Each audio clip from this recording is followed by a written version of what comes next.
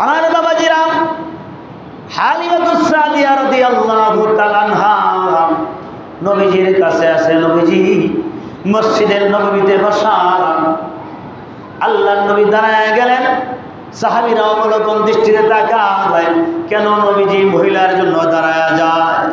পৃথিবীর মানুষেরা রে, শুধু নবী দাঁড়ায় নাই, আল্লাহর নবী চাদর মোবারক দিয়া আম্মা জান হযরতে হালিমাতুস সাদিয়াকে বসার ব্যবস্থা করে দিয়েছে।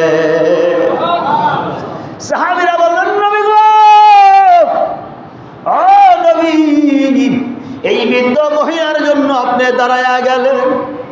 ও নবী, এই বৃদ্ধ মহিলার জন্য আপনি বিছানা বিছায়া দিলেন। শুধু বিছানা বিছান নাই, আপনার চাদর মোবারক দিয়া সম্মান করে তাকে ইজ্জত দান করলেন গো নবী। ও গো নবীজি, কারণটা কি?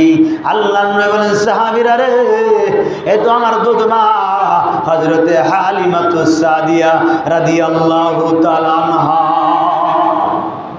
আল্লাহর নবী মহিলাদেরকে ইজ্জত করেছেন, মহিলাদেরকে নবী ইজ্জত করেছেন।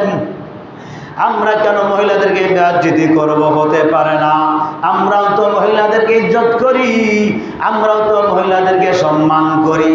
নবীজি বলছে, সাহাবীরা, যখন তোমরা বাজার করে ঘরে আসবা, তোমার ছেলেও আছে, তোমার মেয়েও আছে, এই বাজার সদাই করার পরে যেই খাবারটা নিয়ে যাইবা, যেই চকলেট নিবা, যেই বিস্কুট নিবা, যেই চানাচুর নিবা, যে আপেল নিবা, কমলা নিবা, কার হাতে সর্বপ্রথম দিবা?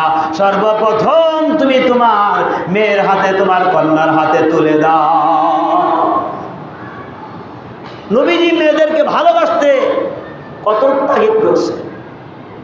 আল্লাহ নবী বলেন, সাহাবীরা, কোন মুসলমানের ঘরে যদি একটা সন্তান হয়, আমি নবী সাক্ষী রইলাম, তার জন্য একটা জান্নাত আমার আল্লাহ নির্ধারণ করে দিলেন। সাহাবীরা বললেন, নবী গো, যে কারো দুইটা সন্তান হয়, কন্যা সন্তান, আল্লাহ নবী বললেন, ওই সন্তানকে ভালোভাবে লালন পালন করে দ্বীনি শিক্ষা দিয়া ভালো একটা স্বামীর কাছে বিবাহ দিল, আমি নবীর সাক্ষী রইলাম, ওই ব্যক্তির জন্য আমার আল্লাহ দুইটা জান্নাত নির্ধারণ করে দিবে।